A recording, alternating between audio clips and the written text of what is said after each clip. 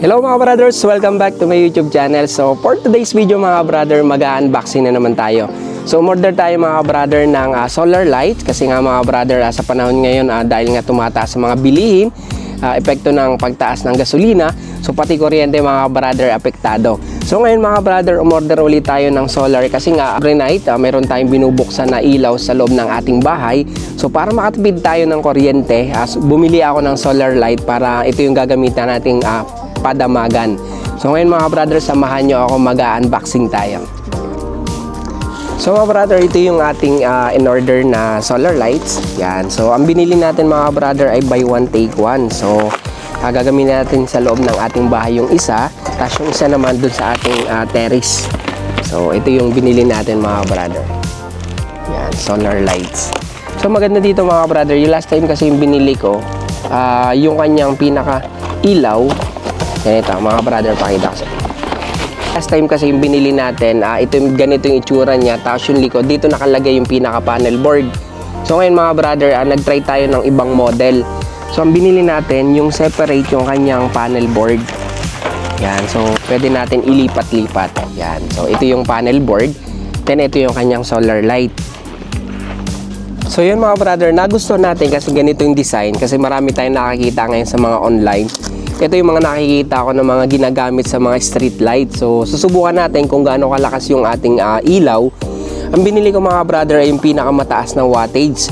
So ang wattage yung binili natin nasa 150,000 wattage ata yun eh. Yun yung pinaka high end nila. So sinubukan natin kasi last time ibang klase yung ating, ibang design yung ating na-order before. So ngayon itatry naman natin to kung maliwanag talaga. So napakaganda niya kasi ito ngayon nakikita natin sa mga street lights. So isusubukan natin. Yan, tapos ang inclusion sa box. So ito yung pinakakasama niya. So may kasama siyang wall bracket. Ito yung ilalagay natin sa pader. Tapos ito yung mga screw. May kasama na rin siyang battery. So free na yung battery niya, then remote control. Tapos di lang yun. So kasama na rin yung kanyang, ito yung pinaka-tubo. Ito yung, dito natin i-connect yung ating solar light. So ngayon, i-assemble natin at tapos after nito, i-charge natin mga brother. Yan. So dalawa to mga brother, dalawa kasi yung order natin. Yan. Ito yung tsura niya mga brother. Tapos lalagay natin yung pinaka-tubo. Ito yung tubo niya.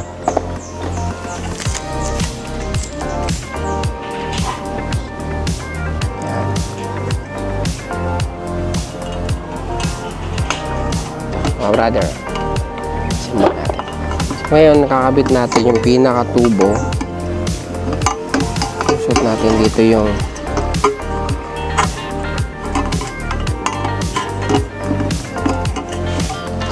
tapos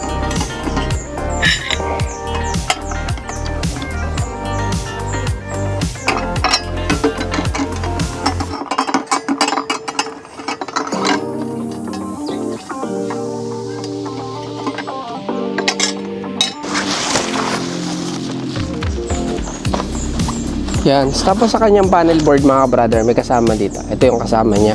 Ito yung pinaka brace nung ating panel board.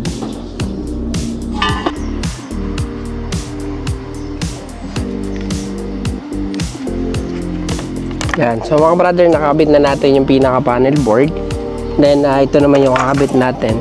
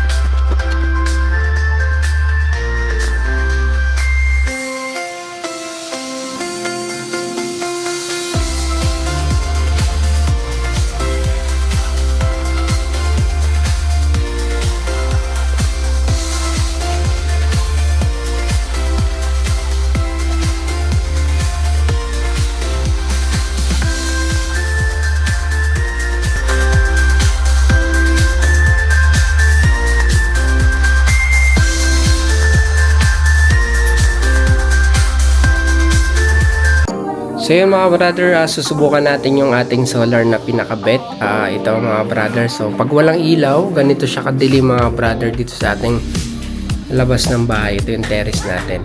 So susubukan natin mga brother, buksan yung ating solar lights kung gaano kaliwanag yung ating biniling solar light. Yan, so ganito kaliwanag siya mga brother. Yan, so dalawang solar yung pinakabit natin. Doon sa kabilang side na yon, tapos dito naman sa kabilang side. So tipid sa kuryente mga brother. So hindi na natin kailangan buksan yung ilaw dito sa ating terrace.